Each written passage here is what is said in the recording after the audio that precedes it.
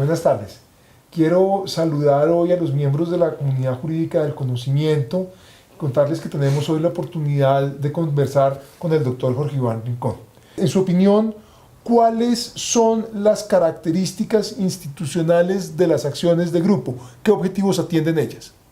Principalmente las acciones de grupo fueron creadas en la Ley 472 de 1998, desarrollando un nuevo esquema procesal que traía la Constitución Política de 1991 en protección de nuevas categorías de derechos, entre ellas derechos de carácter colectivo y algunas afectaciones que pudieran recaer sobre grupos. Pero cuénteme, ¿las acciones de grupo fueron entonces diseñadas para controvertir decisiones administrativas o ese fue un uso que se les dio con posterioridad? Es un uso que se le da con posterioridad. En un primer momento, al establecer que las acciones de grupo son esencialmente resarcitorias, realmente los daños que se reclamaban derivaban de hechos, operaciones, omisiones administrativas, es decir, que en un primer momento reemplazaban más a la acción de reparación directa como mecanismo de carácter individual. Lo que ocurre es que de manera posterior, en la jurisprudencia del Consejo de Estado, se empieza a dar una discusión si este mecanismo puede utilizarse para cuestionar actos administrativos de carácter particular. Y allí la jurisprudencia de manera mayoritaria sostuvo que en principio no, que no era el mecanismo adecuado para el control de actos administrativos.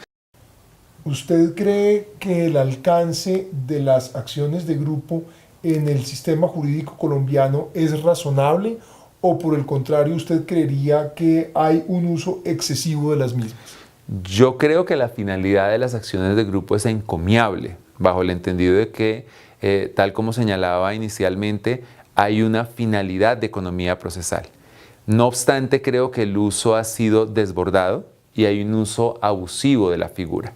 Creo que ese uso abusivo de la figura se debe a que en el momento en el que se utiliza este mecanismo de carácter procesal, muchas exigencias, por ejemplo en materia de nulidad y restablecimiento del derecho o reparación directa, se flexibilizan.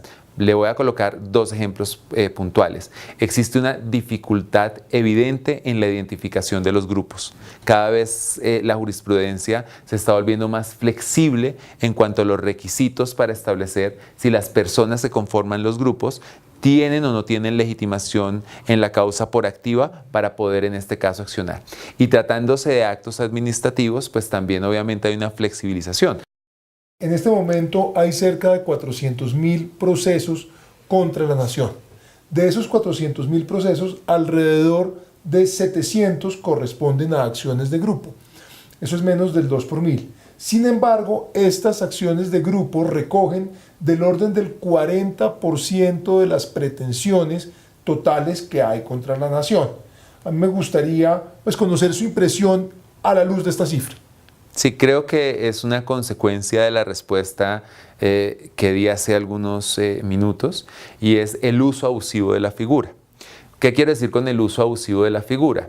Que obviamente al ocasionarse un tema de economía procesal, cada vez más es el número de personas que se suman a esta clase de acciones o de mecanismos de protección, en donde hay un sinnúmero de abogados que lo que hace realmente es hacer una invitación global frente a un supuesto daño de carácter común. ¿Qué ajustes cree usted que podrían introducírsele al ordenamiento jurídico en materia de acciones de grupo para mejorar su desempeño institucional? Yo quitaría el incentivo a los abogados del 10%, es más, creo que lo rebajaría a efectos de que la acción de grupo sea utilizada de manera más responsable por los profesionales del derecho. Ampliaría los requisitos de procedibilidad de la acción de grupo también para que su uso sea mucho más racional y sobre todo equipararía los requisitos de procedibilidad a las acciones individuales que se piensan reemplazar. Es decir, el juez está flexibilizando en muchas ocasiones esos requisitos. En relación con la causa común, ¿usted cree que también habría que introducir ajustes? Yo creo que no, siempre y cuando la jurisprudencia sea lo suficientemente clara en qué es una causa común. Creo que es allí donde más hemos fallado. Causa común quiere decir que un mismo hecho genera un perjuicio igual o similar a varias personas, 20 o más, según dice la legislación colombiana, y esto hace que ese mismo hecho sea lo que ata prácticamente a todos esos personajes que acuden en acción de grupo.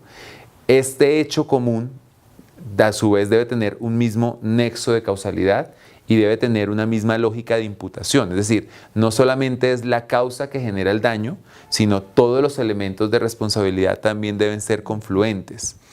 Y aquí es, digamos, importante aclarar que también los jueces, aunque son contundentes, debería haber mayor contundencia, incluso una sentencia de unificación, y es que gran parte de estas acciones de grupo, hablando de causas comunes, se están presentando por actos administrativos de contenido laboral o de contenido pensional. Y ya la jurisprudencia ha establecido en fallos separados que frente a esta clase de controversias no procede la acción de grupo, bajo el entendido en que los derechos prestacionales o salariales pues no son una indemnización en estricto sentido. No estamos resarciendo un perjuicio, sino estamos reclamando un derecho que cabe dentro de una relación laboral. Muchas gracias. A ustedes muchas gracias.